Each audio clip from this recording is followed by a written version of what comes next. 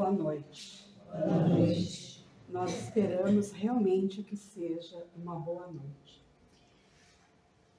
Imbuídos de grande emoção que nós estamos sentindo hoje nesta casa, mais tarde eu vou explicar o porquê, nós queremos vencer mais um desafio. Eu tenho trazido títulos de palestras assim, meio pesadas, né? Mas eu me desafiei para mostrar que mesmo se falando em situações pesadas, mesmo se falando em dores, né, em situações que não nos sejam muito agradáveis, a gente tem um lado a ponderar. Nada vem para nós de graça. Nada nos chega sem um propósito. E o propósito pode ser que não seja nosso, mas o propósito que venha do nosso Criador. Quando fomos criados, nós fomos criados não com a promessa de viver no mar de rosas. Nós fomos criados com o propósito de vencer, de crescer, de evoluir. Nós temos uma estrada longa, que essa estrada não vai terminar aqui e agora. Nós ainda temos muito chão a percorrer, mesmo que ali adiante seja interrompida, para começar um novo ciclo e até às vezes num outro plano. Então hoje nós vamos pegar do livro do Evangelho segundo o Espiritismo, no capítulo 5, o item 23, que fala nos tormentos voluntários. Antes eu quero colocar, porque eu tenho me interessado agora em ver esses colaboradores, né, que fizeram com que Allan Kardec pudesse construir esta obra, ou essas obras maravilhosas que ele nos deixou. E hoje nós vamos falar de Fénelon. Fénelon é um dos espíritos da codificação espírita, né? Retratada nos livros do Pentateuco de Allan Kardec. Ele pertence a uma equipe de espíritos da verdade, que ele se comunicou com Allan Kardec, né? Para que ele pudesse fazer, então, trazer o Espiritismo ao conhecimento de todos nós. Isso no século XIX. Nós já estamos no século XXI. Muita coisa já havia sido percorrida antes, né? Para que nós tivéssemos essa oportunidade de contar com o conhecimento deste espírito. Ele nasceu no castelo de Fénelon, por isso ele se assina como o espírito Fénelon, de nome François de Salignac de la Motte. E ele nasceu em agosto de 1651. Tá? E ele dirigia uma entidade que reeducava os jovens protestantes que entravam ao catolicismo. Porque na época, né, a região protestante era mais comum então. Aos 44 anos ele tornou-se arcebispo. E ele aparece nos livros básicos da doutrina espírita em vários momentos. No livro dos Espíritos, no Evangelho segundo o Espiritismo e no livro dos Médiuns. Então hoje, nós, baseados naquilo que ele nos deixou no item 23, que eu não vou ler, tá? Porque quando a gente quer mais, a gente vai lá e busca. Tá? Então, nós vamos começar dizendo que nós estamos sempre em busca da felicidade, mas ela está escapando a todo momento, né? Ela escorre pelas nossas mãos. Nós queremos a felicidade. Quem não quer? Mas muitas vezes nós Ao abrirmos a nossa mão, nós permitimos que esta felicidade escorra pelos nossos dedos, né? Nós, na realidade, poderíamos gozar de uma felicidade relativa. Mas relativa ao quê? A relativa aos nossos hábitos, ao nosso eu, aos nossos impedimentos que nós provocamos, que impedem de nós nos aproximarmos mais ainda desta felicidade. Tá? Ela é possível quando o homem vai sempre buscar. E onde é que a gente busca a felicidade normalmente? Cada um de nós aqui pode responder no seu íntimo assim: o que é que nos faz feliz? A minha casa própria, minha geladeira nova, uma televisão smart, um carro mais moderno, aquela boutique que eu quero tanto comprar minhas roupas, aquela marca de roupa que me atrai, né? E muitas vezes nós vamos buscar aí a nossa felicidade. Não é que nós não a encontremos, nós até encontramos.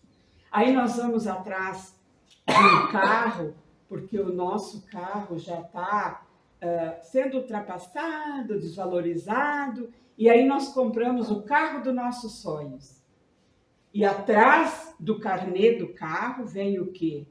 Todos os boletos que nós teremos que pagar. Então, não é uma felicidade relativa? Claro que ela é. Se nós buscássemos nas coisas mais emocionais, mais duradouras, nós poderíamos escapar dos tormentos voluntários. Quando nós alimentamos a inveja, o ciúme, que é muito comum, né, gente? Quando nós nos damos conta, eu não sou uma pessoa invejosa, mas às vezes aí eu disfarço e digo, é uma inveja branca. É uma inveja branca, eu tenho uma inveja branca de vocês, porque vocês têm isso que não têm. É inveja, gente. É inveja. Não adianta nós querermos dourar a pílula, porque ela continua sendo uma inveja. Tá? Para o invejoso, aquilo que os outros possuem, às vezes se tornam motivo para noites e noites sem dormir, preocupados com aquilo que nós não conseguimos alcançar e que nós gostaríamos tanto, quando nós não olhamos para o lado e vemos, por que o Carlos tem e eu não tenho? Né? Por que o Diniz tem e eu não tenho? Não tem simplesmente porque não era para ter. Não é tão simples, mas é porque não era. Só que existe um outro lado. Vamos olhar para dentro de mim. Eu possuo alguma coisa que o Carlos não possui, que a Cleide não possui. E isso é o que nos completa, gente. É esta aceitação que vai nos completar enquanto nós convivermos numa sociedade. Ao contrário desses que são invejosos, tem aqueles que são gratos e que se contentam com tudo que têm. Esses não estão preocupados em parecer ser mais do que realmente são, né? Eles criam para si mesmo as necessidades que eles podem suprir e os passos que podem ser dados por todos nós. E aí, com essa caminhada serena, tranquila, plausível, né, e exequível, eu não vou ter necessidade de ficar olhando para o lado e me preocupando com aquilo que os outros não têm. Mas aí nós vamos ver outras situações. Será que a calma, a paciência, não seria uma forma de felicidade em meio a todas as dificuldades da vida?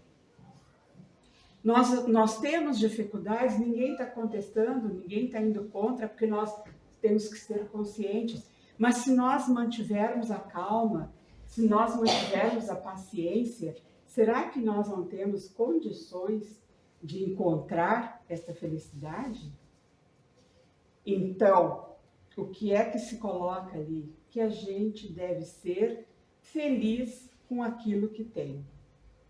Que não precisamos ter inveja de ninguém e que de inveja daquilo que o outro possui e eu não, né? E que também nós não precisamos parecer ser aquilo que nós não somos. Nós podemos ser muito bem autênticos dentro daquilo que nós conseguimos ser e ter. Tá? Nós poderemos ser sempre ricos e calmos se nós não criarmos dentro de nós necessidades artificiais que na realidade não têm valor nenhum. Nós temos que tirar de todas as situações lições que são muito interessantes, né? Eu me prometi que eu não ia falar, porque todo mundo sabe que nós estamos atravessando no Rio Grande do Sul, mas nós podemos ver nos depoimentos de algumas pessoas que estão sendo entrevistadas que perderam tudo. Perderam aquela lembrancinha, daquela fotinho que tinha na família há anos e anos. E isso foi e não tem como recuperar. Porque quando aquela fotinho foi criada, não existia internet. Então aquela foto não está na nuvem. Ela vai ter que ficar só no pensamento de quem a conheceu. E assim, dessas mínimas coisas até as grandes coisas. As pessoas perderam em setembro e novembro do ano passado e aos pouquinhos estavam angariando novamente, estavam pagando as prestações e estavam contentes, porque na realidade estavam superando aquele momento. E não bastou, porque levaram tudo de novo. Então, tudo isso são motivos que nos fazem não ter pena, não lastimar o que está acontecendo com eles, mas procurar fazer com que os nossos pensamentos, a nossa energia possa chegar até essas pessoas para que elas criem em cima disso toda a força necessária para superar este momento, que é o último entrave na nossa vida? Não. Alguém prometeu isso? Quantos outros? Eu estou aqui, estou saudável, estou saindo de um período de reclusão em casa por causa da minha dengue e tal. Eu estou voltando. Mas será que eu saio ali e não vou ter um outro problema? Mas se esse é o meu plano, se é o plano que está estabelecido para mim e que talvez até eu tenha escolhido antes da reencarnação, por que é que eu não vou aceitar? Eu não preciso aceitar cantando. E isso, gente, não é alienação. Alienado é aquele que esquece de tudo. Nós somos conscientes também das nossas dores. E aí, então, com tudo isso que a gente vê, que a gente sente, que a gente vive, no nosso Evangelho traz, então, os tormentos voluntários. O que são esses tormentos voluntários? Esses tormentos voluntários são aqueles que nós mesmos criamos. Porque, se nós olharmos para o lado, pessoas que passam situações semelhantes às nossas, dão um chute na bola e seguem fazendo. São pessoas que conseguem driblar, né? Que eu não jogo futebol, mas assim, driblam a situação e saem muito bem e mais fortalecidos. Mas se eu ficar em casa, me lastimando, porque eu não posso, porque eu não consigo, porque eu não vou fazer, claro que é um problema. E isto é um tormento na minha vida, com certeza. mas também aqueles que nós procuramos nas coisas materiais. O que é material, gente, eu até posso pagar. Eu comprei, eu paguei, meu carnê está em dia, eu não tenho dívida em lugar nenhum. Mas será que é meu? Vem uma chuva, vem um vento, vem um fogo e leva tudo. E daí? É meu? Não era para ser meu. Ou, que bom que eu tive, que eu pude aproveitar enquanto estava comigo. Também, quando nós fazemos o que nós não deveríamos fazer. Nós sabemos, porque a nossa consciência, que é o nosso melhor educador, a nossa consciência nos diz, nos mostra o que é que nós podemos fazer e o que não podemos fazer. Não é assim? Ah, mas eu sou livre, eu faço o que eu quero. Faz o que quer. Mas isso vai dar satisfação lá adiante? Quando eu sei que aquilo que eu estou fazendo, porque eu quero fazer, vai pisar, vai machucar, vai passar por cima de uma situação ou de uma outra pessoa? Isso é satisfação? Isso é demonstrar a liberdade? Não é. Não é mesmo. Quando nós falamos o que nós não poderíamos, o dom da palavra nós temos. E nós podemos usar a palavra como nós quisermos. Só que nós temos que ter aquela máxima que diz que uma palavra lançada jamais pode ser recolhida. Eu até posso dizer algo que agrida a alguém. E depois eu vou lá e peço desculpas. Mas a palavra foi. A pessoa pode me desculpar, mas em algum momento isso retorna à nossa mente. E nós vamos lembrar de novo daquele momento. Também, quando nós alimentamos alguns sentimentos que nós temos consciência também que são contraditórios ao amor que nos foi deixado pelo nosso irmão Jesus. A lei já pregava, mas ainda não estava sendo suficiente para que os homens a adotassem. E aí, então, nos chegou Jesus, que veio exemplificar, veio concretizar aqueles ensinamentos que nos eram passados. Como eles foram passados numa outra época, muitas vezes nós não tínhamos nem a condição de entender. Nós não tínhamos nem a condição de colocar em prática. E aí vem Jesus, simples, humilde, caminhava entre os homens e não tinha como fazer live. Era no papo. E em cada lugar que ele passava, ele procurava deixar os seus seguidores para que esses dessem continuidade à palavra de Deus. E aí, nós vamos imaginar quando alguém que esteja por se afogar, né?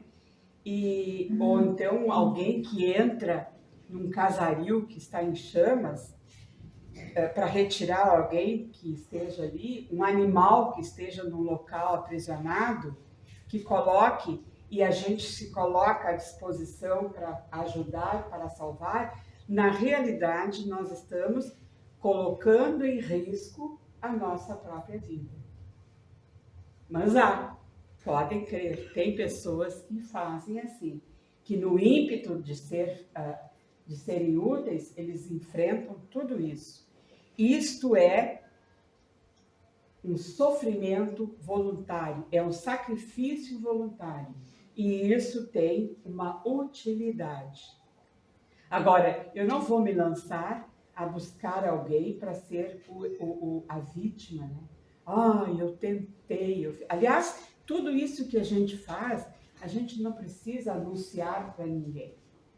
A gente faz e fica quieto. Porque alguém, em determinado momento, vai massagear o nosso coração, os nossos desejos, vai reconhecer. Nós não precisamos alardear para todo mundo o que nós estamos fazendo. Mas também pode vir o sofrimento voluntário, né? Então, o que é esse sofrimento voluntário? É aquilo que nós escolhemos quando nós renunciamos a certos prazeres, a certas situações passageiras, quando nós estamos em busca de uma vida mais virtuosa, de uma vida com mais prazer.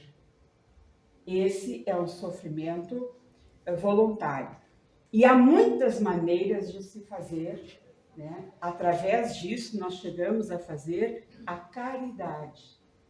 E a caridade, ela é muito útil nesses momentos. Só que nós não podemos confundir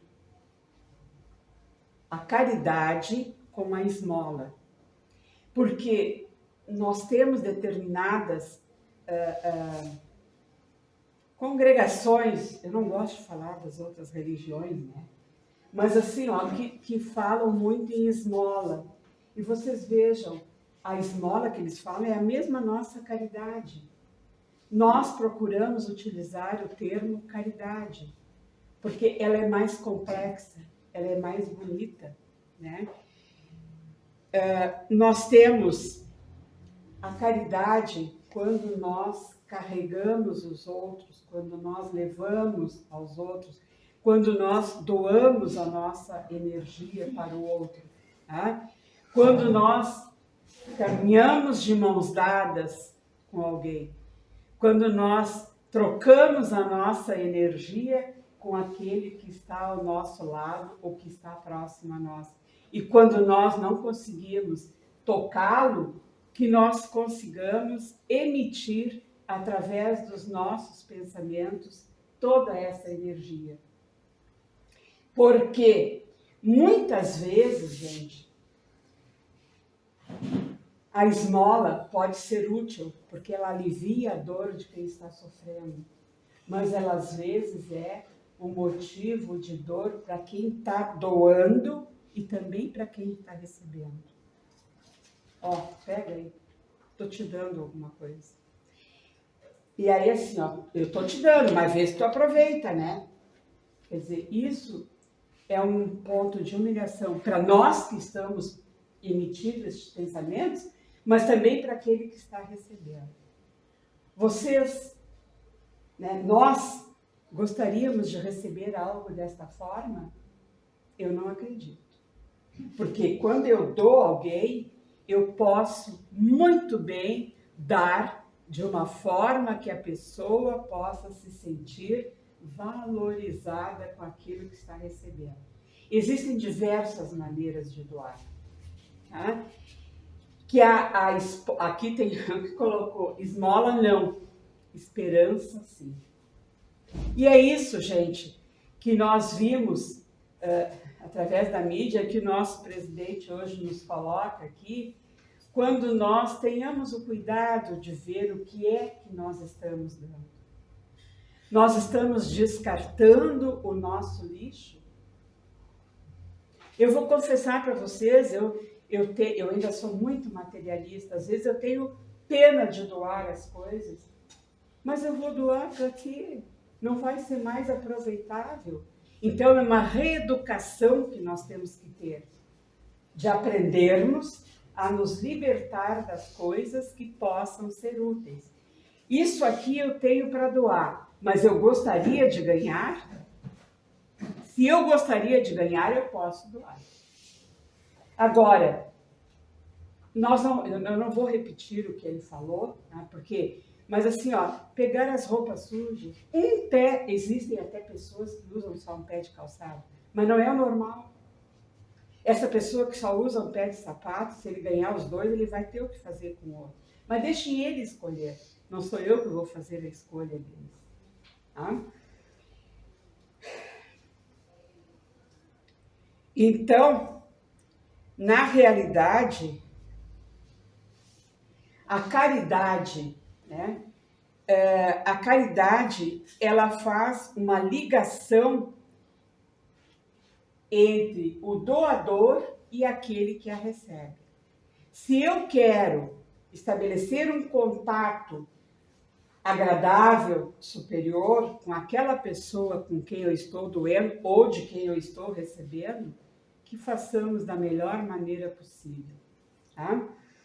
Nós não precisamos ferir o amor próprio de ninguém, muito menos o nosso. Nesse caso, uma grande aliada que nós temos ao nosso lado é a paciência. Tá? Nós, com a paciência, nós conseguimos esperar tudo aquilo que vem ao nosso proveito. Tá? Então, assim, ó, quantas pessoas que se emocionam, né? Porque não estão esperando nada e quando vem, está chegando para si. E não só as coisas materiais. Eu passei muito tempo sem andar na rua, eu tenho caminhado, daí assim, ó, que coisa agradável que é estar caminhando na rua e de repente passar alguém por ti e te dar um sorriso. Bom dia. Não sei quem é. Mas assim, ó, provavelmente, naquele momento eu tenha também conseguido emitir esse ar de acolhimento, esse ar de doação, né? Isso também é caridade, gente. Uma caridade que eu tenho que aprender um pouco é ouvir, porque eu não tenho muita paciência de ouvir. Mas eu tô cada dia um pouquinho mais. Porque assim, ó, a gente pode fazer a nossa caridade. Tá? Então, caridade é, sobretudo, amizade. Eu não acho que nem dá para ler direito, né? Mas eu vou tentar traduzir, vamos dizer assim. Para o faminto, caridade é um prato de sopa. Vocês já sentiram essa sensação de estar com muita fome e aparecer um prato de sopa? Que todo mundo, sopa. Não, uma sopa numa hora de fome é muito bem-vinda. Caridade para o triste é a palavra consoladora. Que a gente não precisa esperar que aquela tristeza está à espera de um sorriso, de um afago, de uma palavra de conforto, de uma palavra de elevação, né? Para o mal, é a paciência com que nós compete auxiliar aquele criatura que é mal. Mas o que a gente faz? Isso aí não presta. É ladrão, é isso, é aquilo, né? E o que a gente faz? Nós só pisoteamos mais em cima da criatura. Nós adoramos. As coisas não estão saindo como eu quero, eu não tento nem olhar o outro lado. Por que não está saindo? Não, eu vou massacrar, pisotear em cima, porque daí eu vou afundar mais ainda. Tá? Para o desesperado, é o auxílio do coração. Quando a gente acha que não tem nada para que console aquele momento, como é agradável nós vermos uma situação ou recebermos alguma coisa, por menor que seja, mas ela veio naquele momento para atender aquela necessidade. Para o ignorante, é um ensino despretensioso. E aí chega no nosso chão, né, das professoras. Mas aí assim, ó, não é aquele ensino de tentar, eu sei. Não, eu sei. Nós podemos aprender juntos. Eu estou te ensinando, mas eu também posso aprender contigo. Porque, na realidade, o conhecimento é uma troca, é uma permuta, né? Ninguém conhece tudo recebendo tudo despejado. Tu tem que absorver, tu tem que elaborar e tu tem que criar em cima daquilo e para colocar em prática. Para o ingrato, é o esquecimento. Muitas vezes, nós precisamos esquecer determinadas atitudes das pessoas que conosco convivem para que nós possamos sobrepor a todas as nossas necessidades, para que nós possamos crescer. Para o enfermo, é a visita pessoal. Nós precisamos estar presentes com aqueles com os quais nós estamos necessitados, que nós encontramos nosso caminho. Para o estudante, é o concurso no aprendizado. Um aprendizado que possa ser praticável no seu convívio na sociedade. Para a criança, é a construção, é a proteção construtiva. E é isso aqui me detive, porque a gente acha que as crianças devem ser super protegidas. Não. Eu posso falar, e daí dizem, porque eu não tenho filhos, eu digo isso. Não. Mas toda criança que é super protegida, ela não aprende a caminhar sozinha. E o primeiro tombo que ela leva ali na rua é uma tragédia. Para o velho, é o braço, irmão. Vamos caminhar junto, eu te ajudo. Para o inimigo, muitas vezes é o silêncio. Nós não precisamos revidar ou desejar para o nosso inimigo o mesmo que ele nos deseja. Então, nós vamos nos colocarmos no mesmo patamar que ele. Para o amigo, é o estímulo. Porque, gente, os nossos amigos também precisam da nossa caridade. Nós também precisamos estimulá-los para que eles consigam vencer. Para o transviado, é o entendimento. Para o orgulhoso, é a humildade. Vocês já viram como a gente derruba certos atitudes de quem é muito orgulhoso, chega com toda a pompa, e tu vai com atitude humilde e tu derruba. Porque se tu responder na mesma altura, vai criar um atrito. E se a gente se coloca numa lição de humildade, nós derrubamos todos os valores, todos aqueles pensamentos. Para o colérico, é a calma. Para o preguiçoso, é o trabalho. Para o impulsivo, é a serenidade. Muita gente, as pessoas às vezes se espelham na gente, sabem, né? Então, se nós mantivermos o contrário daquilo que ele está incomodando, nós acrescentamos. Para o liviano, é a tolerância, aceitar como são. Para o deserdado da terra, é a expressão de carinho. Caridade é amor em manifestação incessante e crescente. É o sol de 1000 faces brilhando para todos, e o gênio de 1000 mãos amparando indistintamente na obra do bem, onde quer que se encontre, entre os justos e os injustos. Nós não precisamos condenar, apontar para ninguém para fazer a caridade. Bons e maus, felizes e infelizes, porque onde estiver o Espírito do Senhor, aí se derrama a claridade constante dela, o benefício para o mundo inteiro. Isso está no livro de Francisco Cândido Xavier, pelo Espírito Emmanuel, O Viajor. Tá? É um poema que tem ali nessa parte. Mas eu encontrei também a caridade segundo São Paulo. Eu achei muito, eu prometo que daqui a pouquinho eu encerro. Então, assim, ó, nessa passagem, São Paulo mostra aos coríntios, né, que a caridade é algo muito mais importante, muito mais profundo do que apenas darmos o que sobra aos carentes. Embora isso também possa ser um ato caritativo. Né? Paulo alerta a todos que de nada adianta ser belo nas palavras e pobre nas ações. Eu falo super bem, na hora de colocar em prática é uma negação.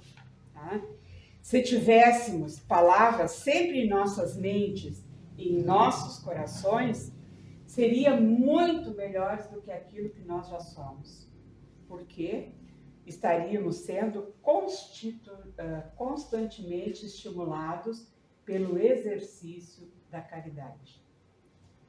Já Herculano Pires diz, lá no livro dos Astronautas do Além, ele diz: a caridade, que é o amor em ação, deve eliminar as arestas do nosso personalismo, ensinando-lhes que todos somos importantes na busca e na conquista da verdade. Pensemos nisso. Vamos pensar. Muito obrigada. Dá licença, só um pouquinho. Eu falei que no final iríamos falar da nossa emoção hoje. É um ato de caridade. Quando eu cheguei nessa casa, em seguida chegou uma senhorinha que vinha para as aulinhas de estudo. Ela dizia que ela não conseguia falar. Então ela vinha com uma folhinha de caderno escrito o que ela queria dizer. E era de uma profundidade tão grande. Eu não conseguia ler o que ela escrevia, porque ela era pobre em pontuação, nas palavras escritas, mas era de um coração tão grande que até hoje, aqueles que foram recepcionados por ela naquela porta jamais esquecerão o abraço da Alda. A Alda foi uma trabalhadora da nossa casa com muito empenho. Que ela conseguia, ela vinha, enquanto ela conseguiu vir com as próprias pernas, ela vinha de lotação, de como viesse. Até o momento que ela não conseguiu mais pegar a lotação. Então ela vinha de carona. Mas não era sempre que dava certo as caronas para que ela viesse. E já estava se tornando difícil para que ela entrasse dentro de um carro. Mas ela sempre esteve conectada conosco. E hoje, segundo a orientação médica, ela está se despedindo do nosso convívio. Ela está numa UTI, em Capão da Canoa, tá? Com a consciência dos familiares, os médicos estão alertando, chamaram para que todos pudessem despedir-se dela. Então, por isso, nós também estamos bastante emocionados, mas eu não vou chorar por causa da Alda. A ela, todo o nosso carinho, e quem a conheceu, que possa emitir. Quem não a conheceu, podem ter certeza, vocês estarão rezando por um espírito muito iluminado. Que assim seja.